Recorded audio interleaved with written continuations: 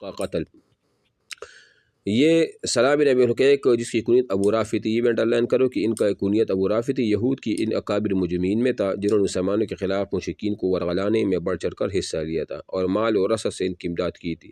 اس کے علاوہ رسول اللہ کی ایذا بھی پہنچاتا تھا، اس لیے جب مسلمان بنو قریظہ سے فارغ ہو چکے تو قبیلہ خزرج کے لوگوں نے رسول اللہ صلی اللہ علیہ وسلم سے ان کے قتل کی اجازت چاہی، اور چونکہ اس سے پہلے کعب بن اشرف کا قبیلہ اوس کے چند صحابہ کے ہاتھوں ہو چکا تھا، اس لیے قبیلہ خزرج کی خواہش تھی کہ ایسا ہی کوئی کارنامہ ہم بھی انجام دیں، اس سے انہوں نے اجازت مانگنے میں جلدی کی۔ یعنی جو اس سے پہلے جو کعب بن اشرف کو قتل کیا گیا تھا وہ قبیلہ اوس کے کچھ صحابہ نے قتل کیا تھا۔ یہ انصار کا جو دوسرا قبیلہ حضرت، انہوں نے سلام بن ابی الحقیق نے ابو رافع کو قتل کرنے کی اجازت مانگی آپ علیہ السلام سے۔ رسول اللہ صلی اللہ علیہ وسلم نے انہیں اجازت دے دی، لیکن تاکید فرمائی کہ عورت اور بچوں کو قتل نہ کیا جائے۔ اس کے بعد ایک مختصر سا دستہ جو 5 آدمیوں پر مشتمل تھا اس مہم میں روانہ فرما۔ یہ سب کے سب قبیلہ خزرج کی شاخ بنو سلمہ سے تعلق رکھتے تھے اور ان کے کمانڈر عبداللہ ابن عتیق تھے۔ تو یہ بھی نوٹ کر لے کہ ان کے جو کمانڈر تھے وہ عبداللہ بن عتیق تھے، ٹھیک ہے نا۔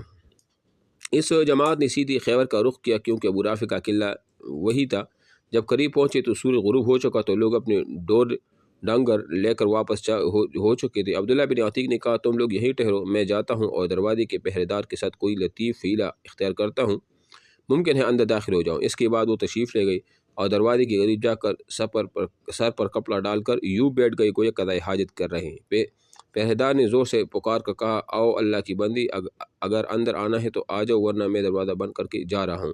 عبداللہ بن عتیق کہتے کہ میں اندر گھس گیا اور چھپ گیا۔ جب سب لوگ اندر آ گئے تو پہرے دار نے دروازہ بند کر کے ایک کونٹی پر چابی لٹکا دی، اور دیر بعد جب ہر طرف سکون ہوا تو میں نے اٹھ کر چابی لی اور دروازہ کھول لیا۔ ابو رافع بالا خانے میں تھا اور وہاں مجلس ہوا کرتی تھی۔ جب اہل مجلس چلے گئے تو میں اس کے بالا خانے کی طرف چڑھا۔ میں جو کوئی دروازہ بھی کھولتا تھا اسے اندر کی جانب سے بند کر لیتا تھا۔ میں نے سوچا کہ اگر لوگوں کو میرا پتہ لگ بھی گیا تو اپنے پاس ان کو پہنچنے سے پہلے ابو رافع کو قتل کر لوں گا۔ اس طرح میں اس کے پاس وہ پہنچ تو گیا، لیکن وہ اپنے بال بچوں کے درمیان ایک تاریک کمرے میں تھا اور مجھے معلوم نہ تھا کہ وہ کمرے میں کس جگہ ہے۔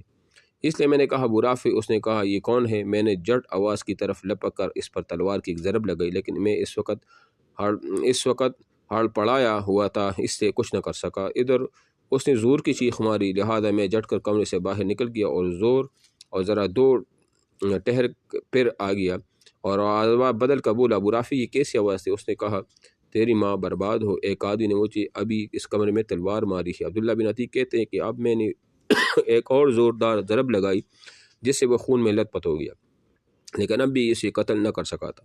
اس نے تلوار کی نوک سے اس کے پیٹ پر رکھ کر دبا دی اور اس کی پیٹھ تک جا رہی۔ میں سمجھ گیا کہ میں نے اسے قتل کر دیا، اس لیے اب میں ایک دروازہ کھولتا ہوں واپس ہو گیا اور ایک سیڑھی کے پاس پہنچ کر یہ سمجھتے ہوئے کہ زمین تک پہنچ چکا ہوں پاؤں رکھ کر تو نیچے گر پڑا۔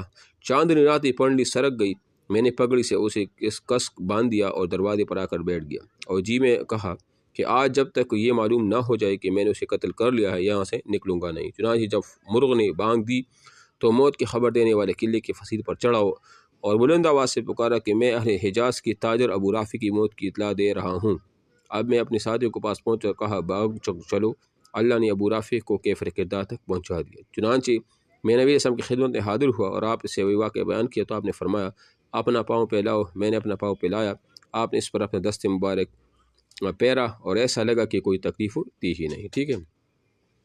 یہ تو عبداللہ بن عتیق نے ابو رافع کو سلام بن ابی الحقیق کو وہ قتل وہ کیا تھا، ٹھیک ہے۔ اور یہ سرے جو آپ علیہ السلام نے بھیجا تھا نا 5 افراد پر، یہ سریہ ذی قعدہ یا ذی الحجہ 5 ہجری میں زیر عمل میں وہ آیا تھا، اور یہ غزوہ احزاب اور غزوہ خندق کی بات کی وہ کارروائی ہے، ٹھیک ہے۔ اس کے بعد نیچے سریہ محمد بن مسلمہ ہے، بس یہ بھی چھوڑ دو، یہ بھی کوئی اہم نہیں ہے۔ غزوہ بنو لحیان ہے، تو غزوہ بنو لحیان جو ہے نا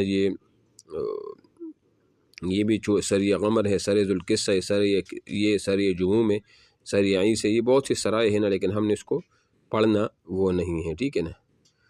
اچھا جی، یہ سریات کو چھوڑ کر آپ آج غزوہ بنی مستلق یا غزوہ مروسیہ کے پاس، ٹھیک یہ پڑھیں گے۔